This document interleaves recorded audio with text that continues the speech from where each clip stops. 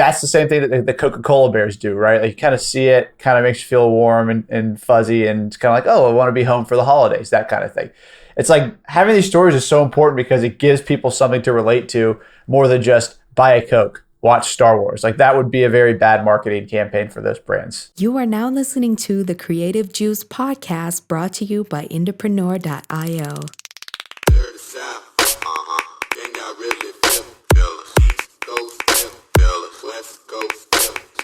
What's up, Indies? Welcome back to the Creative Juice podcast. This is episode 252. Welcome back. We're back from a little break after the holidays. Welcome to 2023. I'm your host, Jack McCarthy. With me, as always, is my co-host, Ed Isola. Happy New Year, dude. Happy New Year, my friend, and Happy New Year to everybody listening. It's nice to be back in 2023 and going to start it off with a bang. We've got some really, really exciting topics and episodes planned and some case studies and some stories that we're going to be telling in 2023. And we've got a really, really cool calendar planned out for Creative Juice. So we're really excited to share with you guys. And we thought we would kick off the first episode of the new year by talking about storytelling and the art of storytelling and how it influences your artist's brand and why you need to be telling stories and sharing stories. So we thought that this was really kind of relevant as we were brainstorming topic ideas for the show and talking about case studies and guests that we would bring on. We were like, oh, what are cool stories that we can tell here on the show? And that brought up this idea of how important it is to be a storyteller in order to grow your brand as an artist or as a band, a musician. So we want to talk about that today, because if you really look at the biggest brands in the world, the way that they grow and the way that they remain relevant and in people's consciousness, in their minds, apart from having a great product and great offers or a great service, is they share stories and they become a part of people's world in that way. Stories are the way that we connect with people.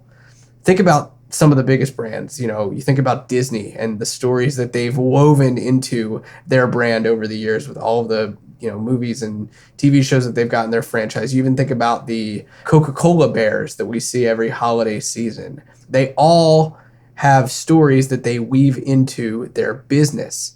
And I think that's really important for creatives to consider, especially as we go into a new year. It's funny because normally before we kick off the episode, Jack and I will just kind of run down and talk about like, oh, here's what we want to do. And as soon as you started telling me like, oh, we're going to do the storytelling one today, I was like, yes, because last night I was watching this documentary on Disney Plus about Star Wars and like the whole digital effects kind of ILM company that they made. ILM, yeah. Right. And so there's a really cool thing. And they have George Lucas on there.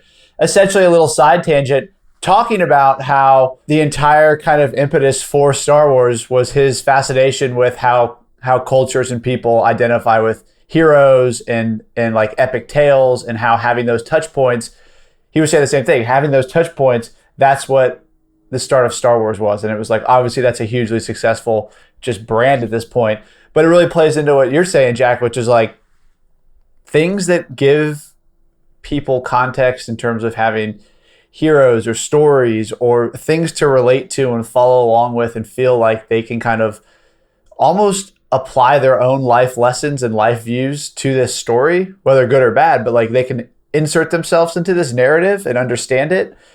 That's the same thing that the Coca-Cola bears do, right? Like you kind of see it, kind of makes you feel warm and fuzzy, and it's kind of like, oh, I want to be home for the holidays, that kind of thing. It's like having these stories is so important because it gives people something to relate to more than just buy a Coke, watch Star Wars. Like that would be a very bad marketing campaign for those brands. Yeah, that's such a good point. You think about like the docuseries that go into depth about the entertainment that we love. I think this is part of the reason that like people love music documentaries, or that people love seeing behind the scenes content of the making of a record because they want to be in on it. I think that's what storytelling does for people, for consumers, and it does for us as business people. It's really, really important. And I think nowadays there's some hesitancy that a lot of artists have with sharing or storytelling. You think about, the just mass amounts of attention and content that are going on social media. And I personally have spoken to a lot of artists that are like, I don't really want to be a content creator. I don't want to be someone who shares intimate details about my life. And while I can understand to some degree the desire to remain in the background about some things, I think it's really important to consider the ways that you can be a storyteller outside of just the creation of your music itself to a degree that you're comfortable with, that doesn't exclude you from the party. You know what I mean? Because this is where it's at. This is really how you build connection with people. I feel like I'm kind of like, I'm not doing this physically, but you know that meme of the guy who's kind of like shrugging and has all the question marks around his head? Yeah. And that's kind of how I feel right now, because it's like, hey, what you were just saying was like, hey, a lot of artists are hesitant to share their personal story. But then if you go listen to their music, it's sharing their personal story. And so I definitely am sympathetic to like, hey, you don't have to, unravel the entirety of your family and your entire life. That's fine. But you should let people into your world and let them understand, because it's like you're already doing that through the songs and through the storytelling that you're doing in your music. That's like the first step. And so letting people into like, hey, let me into what this song is about. It doesn't mean you have to go say like, man, I broke up with my girlfriend today, and so like I'm really sad. It's just like, hey, this song was about this. And also like you can kind of like fabricate it a little bit and say like, oh, this is from this time, right? Or like it's a combination of events, because very rarely do I write anything that's like just one event straightforward. It's kind of like a couple different times. Right. But the point is, you're already doing storytelling and sharing like what I would probably argue is the deeper part of yourself when it comes to just putting your thoughts out in this music and letting it exist out there. Like that's usually where I find I'm the most vulnerable, is when I'm writing. And so then it's almost like, well, yeah, I'll explain what this is kind of, because I've already pretty much told you what it is. Yeah, that's well said. And I think to take this a step further is even, let's talk about this podcast. Like here we are sharing stories about what we do day in and day out with artists and bands at our agency, IndieX. A lot of this podcast is us taking the stories and the things that are happening day to day and embellishing upon them, giving context and case studies, giving actionable advice based on the things that we see. We're really just taking the work that we're doing already and telling it in a way to people who need to hear it or will benefit from hearing it. And I think that's something that you can do with a lot of your activity online, whether it be on social media, whether it be in your email marketing, whether it be experiences that you put together in your on your website, whether it be the way that you talk on stage. This doesn't just stay in the digital sphere either. I think that's really important to touch on here too. Your storytelling, the way that it kind of encapsulates your whole brand, goes beyond just the internet. It goes down to, really like the way that you interact with your fans at a merch stand, And that's actually, as you were writing, or as you were talking, I kind of wrote this little note down, which is like the storytelling can develop over time. And I think that's a super important thing to keep in mind as an artist, because if you're listening to this and you're like, and we're saying like, hey, you should be telling stories, right? And then we reference Coca-Cola, Disney, and Star Wars. It's probably like, well, what the hell? Like, you know what I mean? Like those are like fully fleshed out brands and stories. At this point, Star Wars is like going back and filling in all the backstory and open details. And it's like, it seems daunting, right? But those things, like I was saying, watching this documentary, it started with one idea, like, hey, I'd like to have a hero in this story. It's like, okay. So like as an artist, you can start very broad too. I think something that I recommend a lot to artists at IndieX that we work with when we do talk about this, there's a lot of, the word storytelling pretty much equates to, in my mind, cohesion and brand cohesion. And it kind of ties into what Jack was just saying, which is like how you talk on stage, how you write your social captions, how you talk at merch stands. It's not just about getting a video and saying, hey, my song's out, here's what the song's about, right? That's a form of storytelling, but having that brand cohesion and telling that story through everything you do, whether it is merch stand, whether it is an email you answer, whatever it is, the way you answer your DMs, the emojis you choose, like that's all storytelling. And that's why brands put so much thought into this. And I think at a very high level, I love to try to make things actionable for people that are listening. Like at a very high level, you could start with, what do I want people to feel with my music, right? Like for me, that would be like, I want them to feel happy.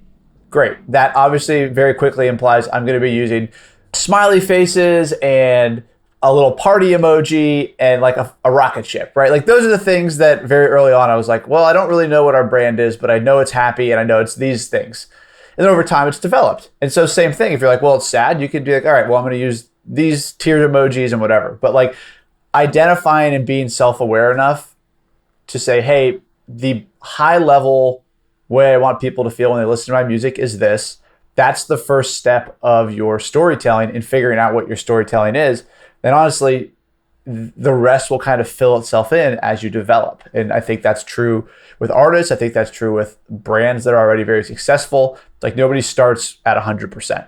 Here's some friction that I think comes up with this conversation with artists, especially artists who are just getting started. Is one, like they say things like, oh, well, doing that isn't on brand for me. But in reality, you don't have a brand, right? Like you have an idea of how you think you portray yourself in the world, but nobody thinks of that as your brand. Like they don't think of those things when they think about you. Your fans don't think about that. They just see like not engaged, or worse, like they see you when you post and when you pop out into the world with a new piece of music or a new video or whatever, and then that's it, you go away. They don't think of it as like, oh, that's just his brand. Like he's a disappearing man. Like that's not, generally speaking, how most fans think about the artist that they like. Unless it's been really, really, really heavily established. And I would venture to say that like the vast majority of artists that claim that are not. So yeah, I agree with you. Like it does develop over time, but that's one question that comes up, I think, a lot, or one obstacle that comes up is like the idea of even doing this kind of exploration is like, that's one, that's not on brand for me. And two, the second thing, and I'd be curious to hear what you think about this, Ed, is artists and creatives will say things like, well, I just want people to feel whatever they are going to feel when they listen to my music. I want them to feel whatever that is. And I think that there's validity to that. However, if you want to have a brand, which almost every artist or band says they do, even if it's in the breath of like, that's not on brand for me, right? Everyone who's running a business says they want to have some element of a brand or some piece of a brand to hold on to. If you want to, then you have to have some level of Unfortunately, the word you're looking for is brand. You have to have some level of brand, even if you say you don't want a brand, and it's like that is your brand. Yeah. You have to have some desire to direct the imagery, the feelings. You have to have some desire to direct the feelings if you want to have a brand. And that's really important. That is such like a great just observation and a way to think about it, because those are the two objections, right? Like you just said, it's not on brand, or I don't have a brand / I just want people to feel how they feel. But what you're really getting at is like, it's almost like, how do you view yourself versus how does the world view you? And as an artist, you either truly just are uninvolved, and that's probably not a good idea, and or then the world just develops whatever they think about you, and you have no control over that. And also it's going to take a very long time. Or you start talking about yourself in the way that you want your brand to develop, and using these kind of buzzwords and high level kind of just ideas, like I was saying a minute ago, where it's like, okay, say that your thing is that you want to disappear, right? Like Jack said, no, if you're posting like for a couple of weeks and then you disappear, nobody's going to even pay attention to that. Now, if you're posting for a couple of weeks and then you start talking about it for, a couple of weeks leading up to this disappearance, about like, man, I've had a great year, I'm going dark in this amount of time. And then you do that and you talk about it consistently for a couple of weeks, and then you go dark and then you come back. That's the first time people will be like, oh, look at all these signals of this happening. And then he did, and now he's back. That's storytelling. Yes. Yeah. Yes. Right. That's so good. It's like, that is a story. It's a different type of story, but it is storytelling where you're saying like, this is what's going to happen. This is what's going to happen. This is going to happen. It happens. Then you come back. And then maybe if somebody like Taylor Swift, she does this with all her little Easter eggs, but if you did that disappearing act multiple times throughout the year, or even over multiple years, eventually people will be like, oh yeah, what he does is he's online for a month when he releases music and then he's gone, right? But that takes a long time to develop, and that is your story. So don't try to act like it's going to happen naturally. Same thing with the whole feel. I just want people to feel how they want to feel when they listen to my music. It's like, sure, but you have to say that to people. You can't just put it up and like do no context. You have to say like, man, this came from inside of me, and like I want you to hear this, and whatever it means to you, I love that. Right? Like you have to set the table for people to understand, oh, here's the context with which I should view the lens, because otherwise they're just going to be like, oh, I like that song. It's pretty cool. And so I thought that was a really smart point from you, Jack, an observation, because it's like, however you feel about your project, that is a brand. You just have to understand that that's the case. I love the analogy that you used to setting a table. Like you have to set the table for your fans through the really all elements of your brand, from your copy to the emojis you use, to the images, to your videos, to the music itself, to your artwork. Everything you do, you set the table of your brand with those pieces. And that allows you to then weave in really any kind of story you want, which is, I think the cool thing about this is like, you can tell whatever story it is you want, as much or as little insight into, what actually might be personally going on with you, which I think is a thing a lot of creatives struggle with. Like I said, we struggle with being too out there, too open. We like a lot of creatives are introverts and they like their privacy. And so I can understand that. But by setting the table and starting to weave stories in, it allows you to then be the character that you want to be, essentially to be the hero in the story, which is cool. It allows your fans to be involved in it. For whatever reason, when this topic idea started coming up and I was thinking about it some more, I started thinking about the Disney holiday commercials that come around, and they're usually like family-centered holiday commercials, and usually very, very emotional. And I think about those and how that ties in the Disney brand to a sense of family and togetherness. And then you think about the theme parks, and people often bring their little kids there, or they go to the movies together to watch, the new Toy Story movie that came out or whatever. And there's this interwoven sense of togetherness, whether it be with friends or family or whatever. And that comes across in so many different ways throughout that brand. And again, like I hate to pick on Disney and put artists against this behemoth brand, but it is a really, really good example that you can pick out. You can almost pick out stories from thin air from them. Yeah, I mean, like the whole reason of using Disney is like they're well known, and it's very easy for somebody to say, oh, I remember Toy Story. Like, let me think about what he's saying in context of Toy Story. So it's just a reference point, right? It's not like go be Disney, but I mean, by all means, if you want to do that, go be Disney. Yeah, if you want to form Disney, go Disney too, go for it. But I think what's really interesting about thinking about this is like, I always think about, do you remember like, I can't even remember the name of them, but like the essays, it was like the 5-paragraph essays when you're in 8th grade and you had to write them. And the opening paragraph was always like, introduce the idea. And then you had to end it with the thesis statement that was like, I'm going to show you X because of 1, 2, 3. And then the first paragraph was supporting the first reason, and the second was the second reason. Yeah. I feel like that's just such a good framework that artists and a lot of people don't think about, where it's like you have to set that up for people and say, I'm going to do this, and then go and do it. But you have to tell people you're going to do something. Otherwise, it doesn't mean as much to them. And that was just something, as you were talking about, like making this brand, it's like, yeah, that's a really good way for an artist to internalize their story and to understand what their story is going to be, is by laying this out in advance. And that's something that if you're kind of listening to this, and I feel like the last couple of minutes we've been talking about like, well, here's why stories are important, and here's where you even develop the idea of having a story. Like, where do I start?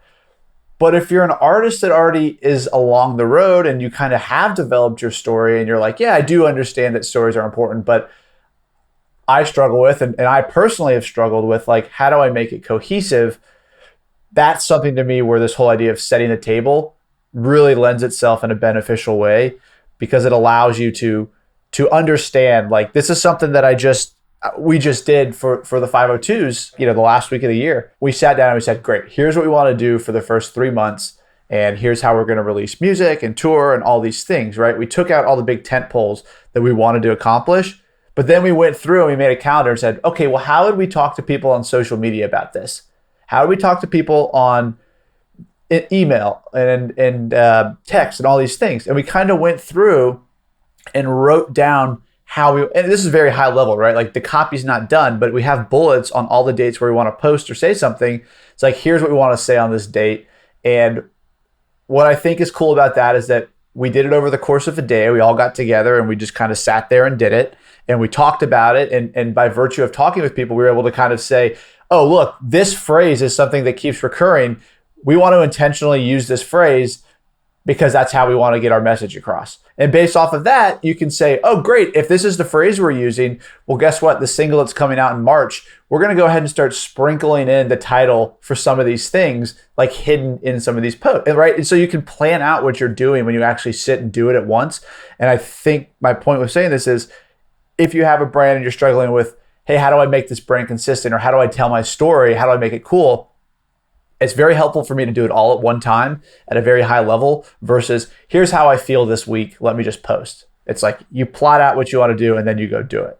I think that helps tell stories. I love that idea. I think that that's so good. And it's interesting because it almost feels converse to what I'm about to say, but I don't think that it is. One thing that I was going to say for artists that might be struggling to grasp this concept of storytelling, especially when it comes to like content, is documenting as you go, which again, that might sound totally contrary to what you just said. But I think actually, if you take the process that you just outlined there, Ed, of like really sitting down and thinking about like, okay, well, like what do we have upcoming? And what are some of the key words, phrases, ideas, feelings that come with all the things that we're planning, the music that we're making, the stuff that we're recording, the tour that's coming up, any of it, the songs that are happening. If you can take those big ideas from a very high level, like you said, and put those down as the framework that you're going to work with, then you can go and document as you're creating. For example, maybe you're in the studio and you kind of have that high level, I'll call it a vision board. You have that high level vision board of like, these are our boundaries to work within. These are the boundaries of our brand that we want to work within. So anything that we're documenting along the way, whether it be, recording yourself in the vocal booth or, I don't know, turning your webcam on while you're writing out a guitar part or whatever, working on demos, all of those things you can then analyze in retrospect rather than trying to create the content all at once. For example, you could analyze in retrospect and be like, okay, of the things that we documented as we were going, what fits into these frameworks that we already came up with? And it allows you to pitch things that don't work and keep the things that do and fit them nicely into a nicely woven story. I keep using that word woven, but I feel like that's really where we're at. So I think that the two of those things combined work really well together. Yeah, in fact, what you just said is pretty much exactly what we're doing in terms of implementing it. And the reason is actually what you were saying too, is like, it's very hard for us. We don't have somebody that comes along. We're going to, for the first time ever, we're bringing somebody to do videos on this tour. Before that, we've always just been responsible for our own content. And whether that's figuring out how to do the behind the songs or to, get photos at the show, whatever it is, it's always very difficult for us as a group to remember, oh, we're here to do the show, but also remember we need to get this backstage photo for the post that's coming up. Like, we just haven't been able to do it, right? And so what Jack said is like, hey, we made this high level calendar or whatever, and we have ideas on what days we want to post, and we know what type of image or what type of video we want it to be and how we want to talk about it, but we don't actually have the creative or the copy yet. We just have a couple bullets and like, we want a cool photo backstage for this. And so what that's allowing us to do, and like this week we're going to go in and kind of work through it, is like, hey, we need to make sure we have this image by this date and keep track of it. But it doesn't, like, the document as you go is probably is the best way to approach it, because if you try to go in and like get all this content now, you're going to drive yourself crazy.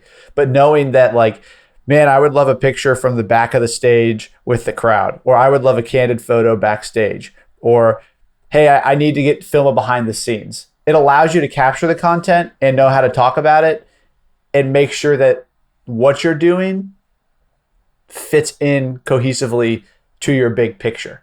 So it's not like one day you have this dark, grungy photo and the next day you have this like super well edited photo. It's like you can kind of make sure that everything's being treated the same. And then over time, that will just start to set in and you'll understand your brand really well. And then you can start to extrapolate it out into, like Jack was saying, how your merch stand is set up, how your stage is set up. Last night, I actually had a really good time doing this.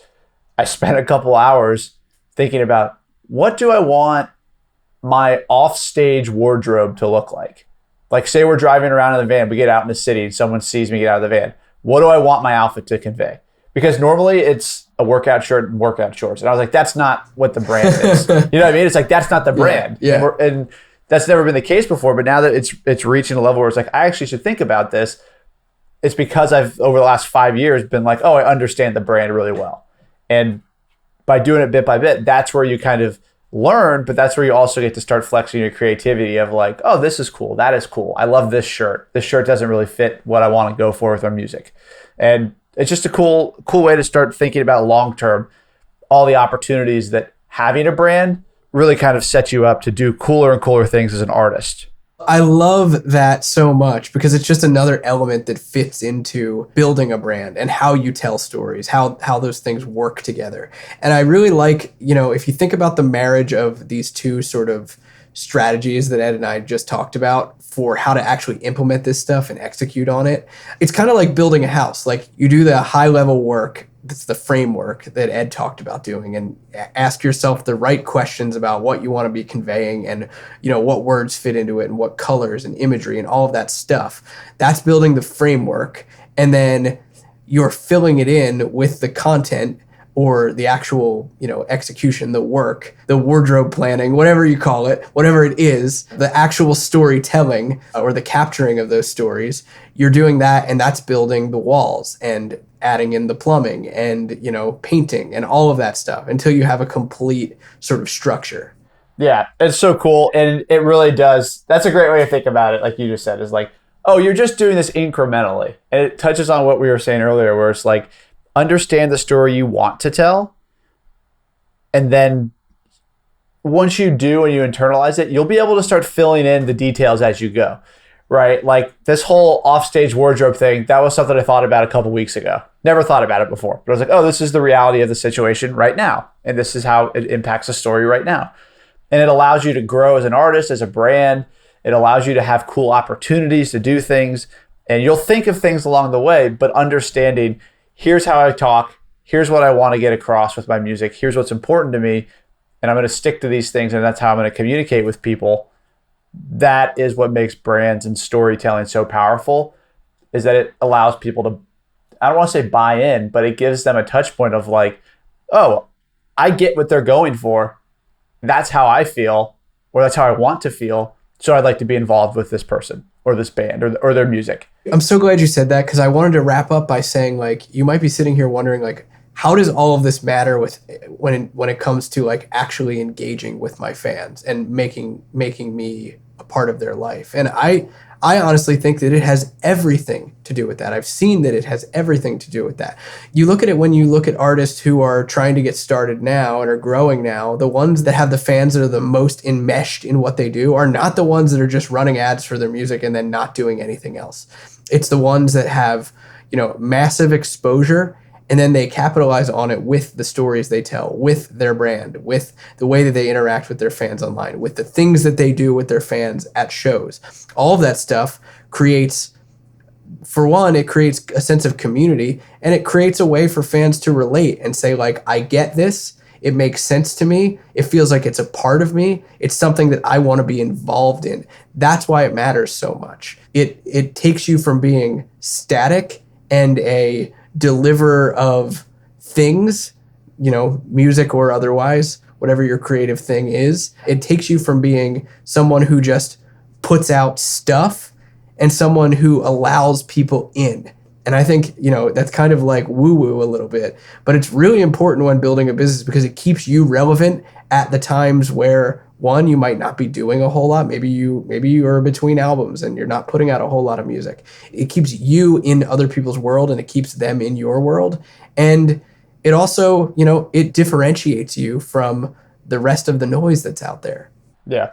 So I guess moral of the story is like, moral of the story is that story, accidental. But storytelling, honestly, to me is one of the most important and fun parts of being in a band and being a musician, because it allows me to just express how I want to feel and bring people into the world that honestly, you're creating. Every song, every album, every social post, every text, every email, that's building to the world that you're building as an artist. And it's such a cool opportunity and unique opportunity to be able to layer things over time the way that you can if you're telling a story and building on that story as an artist. It's awesome. It's so true. I'll close with this. This is not new. This is not all just related to the internet.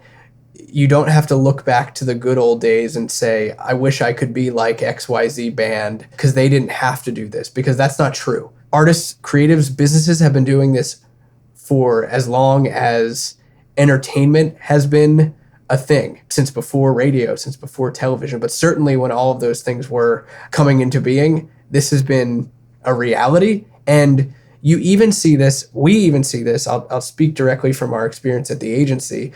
We've seen this with legacy artists who, a lot of people would point their finger at and say like, oh, they didn't have to be so connected with their fans back in the day.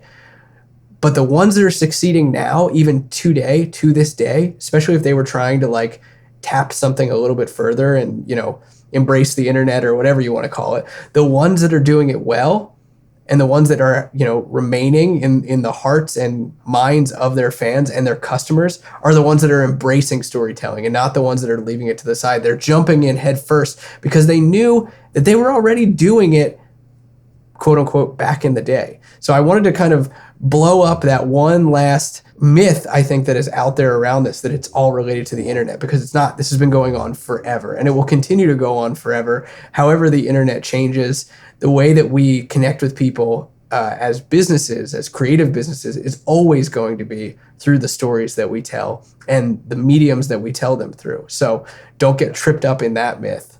Yeah. And just to tack on that, I just am in the middle of reading this book about the Grateful Dead, who essentially were all about storytelling in every capacity possible. What's that book? I want to check it out. Yeah. Marketing Lessons from the Grateful Dead. What every business can learn from the most iconic band in history. And this whole book is just talking about like, oh, here's how they connected with their fans. Here's how they did this. Here's why they thought this was cool and why fans would care about it. And it's all just different degrees of storytelling. So the whole thing of like, oh, well, bands didn't do it. They did it differently, but it's like, that's not even a valid argument, in my opinion, considering, the age of the Grateful Dead. Well said. We'll have to link to that in the show notes, and I want to check out that book too. I love this. This was so much fun, and what a great conversation to kick off the new year with. I hope you guys take some of these lessons and some of these frameworks and start to apply them to your creative career. And we'll see you guys next time at Creative Juice. Peace out, Indies. Can y'all really feel us? East Coast, feel us, West Coast.